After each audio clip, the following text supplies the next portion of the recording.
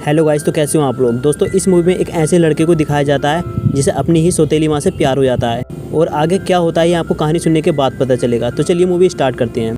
Movie के शुरू में फास्को अपनी पत्नी को अपने शहर ले जा रहा होता है और इनकी एक छोटी बच्ची होती है। फास्को दूसरी शादी करके ला रहा होता है। आगे हम देखते हैं फास्को ने अपनी नई शादी की खुशी में एक पार्टी रखी थी। तभी सभी औरतें ऐना के बारे में बात कर रही होती हैं कि ऐना की एक बच्ची होने के बाद भी ऐना कितनी खूबसूरत है। इधर सारे आदमी अपने आप को कोस रहे होते हैं कि हमारे पास ऐना जैसी पत्नी क्यों नहीं है, क्योंकि हर कोई उन दोनों के बारे में ही बातें कर रहा होता है। तभी फास्को अपने बेटे लिविया को बुलाता है फैमिली फ़ोटो लेने के लिए, पर लिविया अपने डैड की दूसरी शादी से ज़्यादा खुश नहीं था और सब लोग साथ में फ़ोटो खिंचवाते हैं। और घर जाने के बाद फास्को अपनी सुहागरात के लिए तैयारी कर रहा होता है। तभी वहाँ पर फास्को का दोस्त आ जाता है। वो फास्को को आवाज़ लगाता है। फास्को नीचे आता है और उसके साथ जाने लगता है। दरअसल फास्को इलीगल काम करता था। फास्को इटली के पुराने कपड़ों में से एंटीकस निकालकर उन्हें ऊंचे दामों पर बेचता था, पर आज इनकी किस्मत ख़राब थी क्योंकि पुलिस उन पर पहले से ही नज़र रख रही थी। पुलिस इलीगल काम करते हुए देख लेती है, पर किसी तरह फास्को और उसके साथी वहाँ से भाग जाते हैं। पर फास्को रात को घर नहीं पहुँच पाता क्योंकि पुलिस उनका पीछा कर रही थी। सुबह को फास्को ऐना के पास जाता है क्योंकि रात उसने बिना झाग निकाले ही गुजारी थी, इसलिए कुत्तों की तरह उसके साथ टपाटप करने लगता है। आगे हम देखते हैं लिविया अपने दोस्तों के साथ नहा रहा होता है। तभी एक लड़की उसके स्कूटर में लेटर रखकर चली जाती है और इस लड़की का नाम स्टेला होता है। स्टेला दिमाग से मेंटल होती है। जब लिविया के दोस्त को ये पता चलता है कि स्टेला ने लिविया के लिए लव लेटर छोड़ा है, वो उस पर हंसने लगते हैं। तभी लिविया उस लेटर को फाड़ देता है। अगले दिन फास्को ऐना के साथ पेरिस में हनीमून मनाने के लिए गया था, इसलिए शहर के सभी लोग उन दोनों के बारे में ही बातें कर रहे होते हैं कि फास्को दिन रात ऐना की खुदाई कर रहा होगा। इधर लिविया ये बातें सुन रहा था और सोचने लगता है कि मेरी फैमिली एक मजाक बनकर रह गई है। अगले दिन फास्को वापस शहर आ जाता है और उनके वेलकम के लिए फास्को की बहन और उसकी बेटी आती है, पर लिविया नहीं आता। तभी फास्को कहता है, तुम हमारे वेलकम के लिए क्यों नहीं आए। लिविया कोई जवाब नहीं देता। तभी उसके डैड उसे एक गिफ्ट देते हैं। तभी लिविया अपने दोस्तों के साथ मच्छी मारने के लिए जाता है। रात को लिविया अपने डैड के साथ वाइन की बोतलों को ट्रक में रखवाता है। जब लिविया सारे सामान को रख देता है, इसके बाद फास्को कहता है सारे सामान को नीचे उतारो, जिससे लिविया गुस्से में कहता है क्यों। फास्को कहता है क्योंकि तुमने सामान सही से नहीं लगाया, तुम्हें पहले बड़े सामान को रखने चाहिए था और बाद में छोटे सामान को। तभी लिविया अपने डैड से कहता है ये बात तुमने मुझसे पहले क्यों नहीं बताई, पर फास्को कहता है अब तो बता रहा हूँ, चलो इस काम को दोबारा करो। फास्को ये हरकत पड़ोसियों के सामने करता है, जिससे लिविया को अपने आप पर शर्मिंदगी महसूस हो रही थी। फास्को का मानना था कि लिविया का दिमाग बच्चों की तरह है, इसलिए वो ऐसा करता है ताकि वो बड़े लोगों की तरह सोचे। रात को ऐना कहती है तुम्हें लिविया के साथ नरमी से पेश आना चाहिए क्योंकि वो अब बड़ा हो चुका है, पर फास्को कहता है वो मेरी बातों को ज़्यादा देर तक दिमाग में नहीं रखेगा, जल्द ही सब भूल जाएगा। और दोनों बातें करने लगते हैं। इसके बाद फास्को से चाटने लगता है और दबाकर घाचाघच करने लगता है। इसके बाद ऐना लिविया के रूम में सेंटिनिया को बुलाने के लिए जाती है, पर सेंटिनिया उसके साथ जाने के लिए मना कर देती है। ये देखकर ऐना सोचती है कि दोनों में सौतेले जैसा बर्ताव नहीं रहा और ऐना चली जाती है। आगे हम देखते हैं फास्को सामान की डिलीवरी देकर घर वापस आता है और इसके बाद सभी होटल में जाते हैं। तभी वहाँ खड़े सभी लोग ऐना के खरबूजों को देख रहे होते हैं। फास्को जब ये देखता है कि सब ऐना के खरबूजों को देख रहे हैं, सभी लोग अपनी नज़र हटा लेते हैं। अगले दिन ऐना और लिविया दोनों रोमांटिक बातें कर रहे होते हैं। तभी वहाँ पर फास्को आ जाता है। दरअसल फास्को को घपाघप के अलावा कुछ नहीं आता था। फास्को एकदम लंडेत किस्म का आदमी था। अगले दिन खुदाई करते समय फास्को को एक कीमती सामान मिलता है और इसकी कीमत लाखों में थी, इसलिए वो बहुत खुश होता है। धीरे धीरे शहर के सभी लोगों को ये पता चल जाता है कि फास्को के पास बहुत कीमती चीज़ है। फास्को ऐना से कहता है आखिर ये बात सबको पता कैसे चली। तभी लिविया कहता है इसमें बड़ी बात क्या है, शहर के सभी आदमियों को इस बात का पहले से ही पता था कि तुम्हारे पास कीमती चीज़ है। तभी बातों ही बातों में लिविया अपने डैड से कह देता है कि आपके काम करने वाले कपड़ों में से मुझे बदबू आती है, जिससे दोनों में कहासुनी हो जाती है। लिविया खाने की टेबल को छोड़कर चला जाता है। तभी ऐना लिविया को खाना देने के लिए जाती है, पर वो प्लेट को तोड़ देता है। तभी ऐना फास्को के पास आती है। फास्को ऐना के खरबूजों पर अपना मुंह रख देता है। ऐना कहती है क्यों ना तुम अब की बार लिविया को भी अपने साथ ले जाओ काम पर वो कहता है इस बार मैं उसे अपने साथ नहीं ले जा सकता क्योंकि इस बार बहुत खतरा है। सुबह को लीविया अपने दोस्तों के साथ नहा रहा होता है, तभी सब अपने हथियार को एक दूसरे को दिखाते हैं।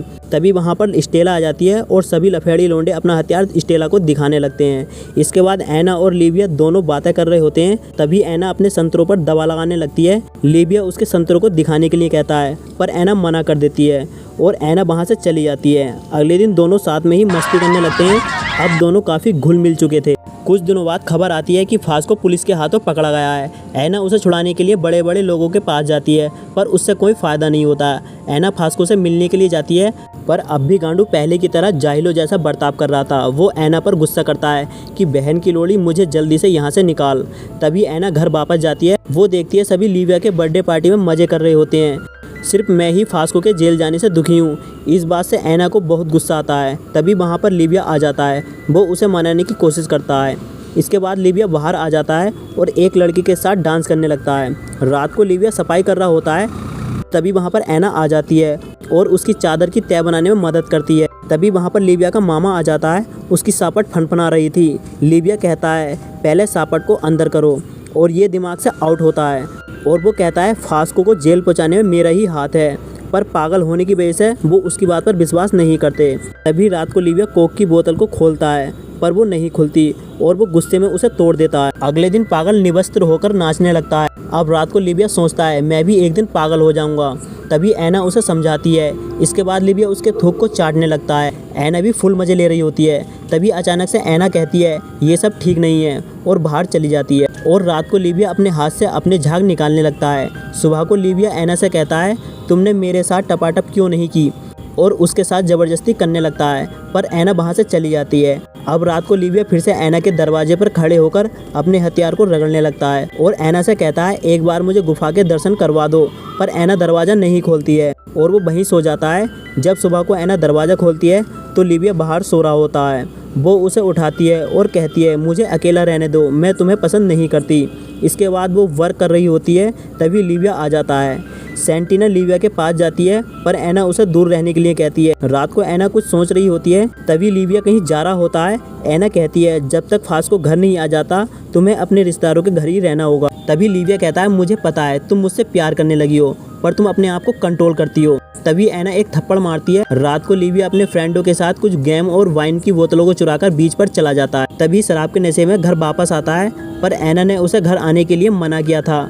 तभी लीविया अपने सर से कांच की खिड़की को तोड़ देता है। ऐना सोचती है, ये बहनचोद बिना लिए नहीं मानेगा, इसे गुफा के दर्शन कराने ही होंगे। लीविया पागलों जैसी हरकत करने लगता है और अपने कपड़े उतार देता है। तभी ऐना उसे समझाती है कि मैं भी तुमसे प्यार करती हूँ। इसके बाद दोनों एक दूसरे को किस करने लगते हैं। फिर होता है काम तोड़ो कार्यक्रम और दबाकर एक दूसरे को चाटते हैं। अगले दिन ऐना फास्को से मिलने के लिए जाती है।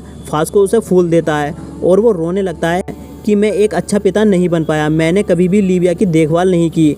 ऐना ये सुनकर अपसेट हो जाती है। अगले दिन ऐना किचन में काम कर रही होती है। तभी लीविया आ जाता है और दोनों चुम्मा चाटी करने लगते हैं। तभी उन्हें आवाज़ आती है। वो जाकर देखते हैं और वहाँ पर स्टेला होती है।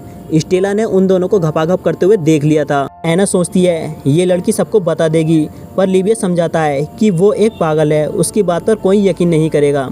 तभी दोनों एक दूसरे की गोद में सो जाते हैं। अगले दिन एक तूफान आता है और एक खबर आती है, फास्को जेल से छूटकर वापस घर आने वाला है। ऐना को इस बात से खुशी नहीं होती है। तभी ऐना ने लीविया के साथ जो किया था उसकी सारी सच्चाई फास्को की बहन को बता देती है, क्योंकि ऐना को अपने किए पर पछतावा हो रहा था। ऐना कहती है, मैं सारी बातें फास्को को बता दूंगी, पर फास्को की बहन उसे ये सब बताने के लिए मना कर देती है, क्योंकि फास्को की बहन को पता था कहीं गुस्से में आकर वो अपने हथियार को ही ना काट दे, इसलिए तुम्हें सारी बातें छुपानी होंगी। और अगले दिन फास्को घर वापस आ जाता है, जिससे सब लोग बहुत खुश होते हैं। पर तीनों अपसेट थे, क्योंकि अगर उसे ये सब पता चल गया तो जाने क्या अनर्थ हो जाएगा। अपनी आज़ादी की खुशी में फास्को बीच पर जाता है और जमकर दारू पीता है। वहाँ पर उसे स्टेला मिलती है। स्टेला दोनों की सारी सच्चाई बता देती है, जिससे फास्को पूरी रात शराब पीता है। और रात को फास्को घर जाता है, पर वो किसी से कुछ नहीं कहता। पर लीविया समझ जाता है कि बहन के लोड़े को सब कुछ पता चल गया है, इसलिए लीविया घर छोड़कर चला जाता है। रात को फास्को उसके संतरों को छूने लगता है, पर ऐना मना कर देती है। लेकिन फास्को को लेने के सिवा कुछ नहीं आता था। वो ज़बरदस्ती घपाघप करने लगता है। अब हमें कुछ सालों बाद की कहानी दिखाई जाती है। लीविया एक लड़की से शादी कर लेता है, पर लीविया और ऐना दोनों एक दूसरे से अब भी प्यार करते थे। पर फास्को को सिर्फ अपनी हथियार की जंग छुटानी थी, उसे इस बात से कोई फ़र्क नहीं पड़ता और मूवी यहीं पर एंड हो जाती है। दोस्तों अगर आपको यह स्टोरी अच्छी लगी हो तो प्लीज़ चैनल को सब्सक्राइब करना ना भूलें। तो मिलते हैं नेक्स्ट वीडियो में, आज तक के लिए बस इतना ही।